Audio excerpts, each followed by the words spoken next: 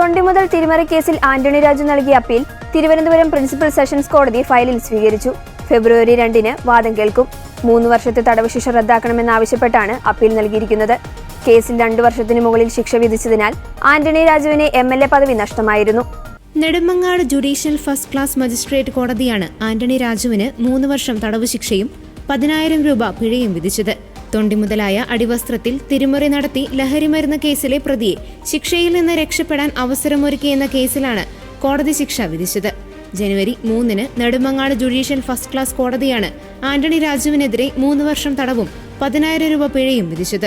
1-ാം പ്രതിയും കോടതി ജീവനക്കാരനുമായിരുന്ന ജോസിനും 3 വർഷം തടവ് ശിക്ഷ വിധിച്ചു. ശിക്ഷ 7 വർഷത്തിൽ താഴെ ആയതുകൊണ്ട് അപ്പീലിൽ വിധി വരുന്നതുവരെ പ്രതികൾക്ക് മജിസ്ട്രേറ്റ് കോടതി നേരത്തെ ജാമ്യം അനുവദിച്ചിരുന്നു.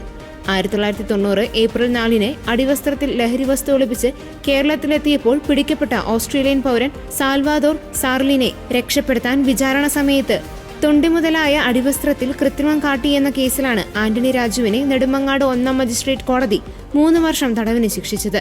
10 വർഷം ശിക്ഷിച്ച വിദേശ പൗരനെ രക്ഷിക്കാൻ തൊണ്ടിമുതലായ അടിവസ്ത്രം അഭിഭാഷകനായിരുന്ന ആന്റണി രാജു കോടതി ക്ലർക്ക് ജോസിന്റെ സഹായത്തോടെ കോടതിയിൽ നിന്ന് പുറത്തേക്കെടുത്ത് വെട്ടിച്ചെറുതാക്കി വീണ്ടും കോടതിയിൽ വെക്കുകയായിരുന്നു. തൊണ്ടി വസ്ത്രം പ്രതിയുടേതല്ലെന്ന പ്രതിഭാഗത്തിന്റെ വാദം അംഗീകരിച്ചാണ് 4 വർഷത്തിന് ശേഷം ഹൈക്കോടതി സാൽവാദോറിനെ വെറുതെ വിട്ടത്. ഈ കേസിൽ തെളിവ് നശിപ്പിക്കൽ, കള്ളത്തെളിവുണ്ടാക്കൽ, ഗൂഢാലോചന, വ്യാജരേഖ ഉണ്ടാക്കൽ എന്നിവയ്ക്കാണ് ആന്റണി രാജുവിനെതിരെ കേസെടുത്തത്.